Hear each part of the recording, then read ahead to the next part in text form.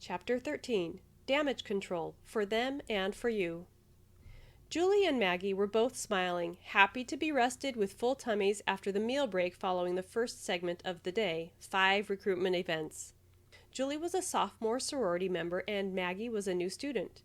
They connected immediately because quickly in their conversation they discovered they had both been camp counselors over the summer. They quickly bonded over stories of campfires, lake canoeing, and awesome kids when Maggie asked, "Did you introduce them to Jesus?" Julie paused, took a big breath, and said, "I'm sorry?" Maggie, "Your camp was Christian, wasn't it?" Julie, "No, it wasn't. I never said that." Both observed a moment of silence as they realized the awkwardness of the exchange. Julie relied on her conversational training to help move away from this awkward conversation into more learning about one another. "So, how about right before the summer, high school? You're a first-year student, right? What will you miss most about your high school?" Maggie was happy to move on to the next topic. "Oh, yes, I am sure I will miss my friends the most." Julie knew immediately this was something Maggie was passionate about, and hearing more would really tell a lot about this potential sister. "Tell me about them." "Oh, I've known my best friend Anna since 5th grade. She's attending an arts college near our hometown, but I suspect she'll be visiting me here because there isn't much social life there. I met my other friend Jenna in high school, but it feels like we've known each other for our whole lives. She'll be going to community college and working, and I know she'll come here with Anna. That reminds me, are non-Greek friends allowed to come to the parties?" Julie was surprised this woman was effectively asking permission to bring her friends to social events. She noted the woman hadn't really mentioned what she and her friends did together, but the commonality seemed to be partying. Was partying Maggie's passion? Now was a good time for a clarifying question.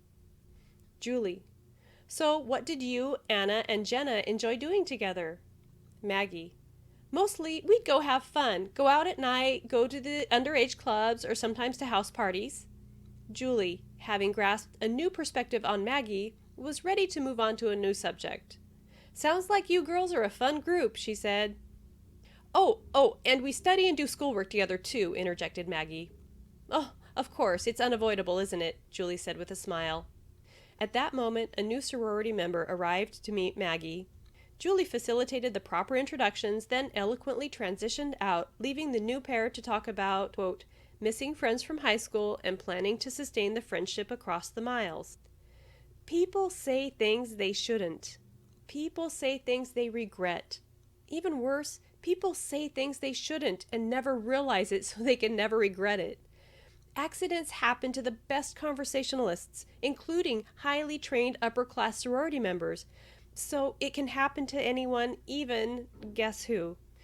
During recruitment conversation, you might say something that you immediately regret, but how do you go back in time and fix it? Since time travel during recruitment week is not allowed per the Panhellenic rules, we will have to figure something else out. This chapter is called Damage Control for a reason. Because you have to do something after your position is damaged. And we absolutely can do it. In this chapter, you'll learn several techniques for repairing damaged conversations and also for diplomatically helping a sorority member fix her mistake. First, you have to know which topics are taboo. Here's a short list. Boys, partying, drugs and alcohol, other sororities and fraternities, your health or medical conditions, your family members, your legacy status, your religion in general, wealth, sex or sexual topics, politics. There is just one scenario in which asking a sorority woman about any of these items is appropriate. Do you remember hearing about your recruitment counselor? If you want to ask her about a taboo topic, go right ahead. Your curiosity is understandable. She will understand. You will probably say something along these lines. "I don't want to ask these questions of any sorority member I meet, but I need to know the answers to some questions in order to make a good decision here. Can you help me?" You can ask your sorority recruitment counselor pretty much anything about any sorority or about the campus as a whole, taboo or legitimate. Do you want to know if AAA sorority parties hardcore with FFF fraternity? This is the woman to ask. Do you want to ask questions about sexual behavior? This is the person to ask. Do you want to know all about the parties and the boys and the parties? This is the person to ask. Do you see a trend here?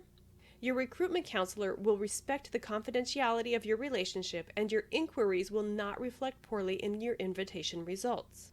What if you aren't into those boys because you already have a special person? Although you may want to gush on and on about that wonderful person during a recruitment party, don't. It's okay to have a special person in your life, and you can mention him or her, but leave it at that. If you realize you're gushing about him or her and starting to sound silly, or if you haven't heard the other woman speak for a while, it's time to change gears.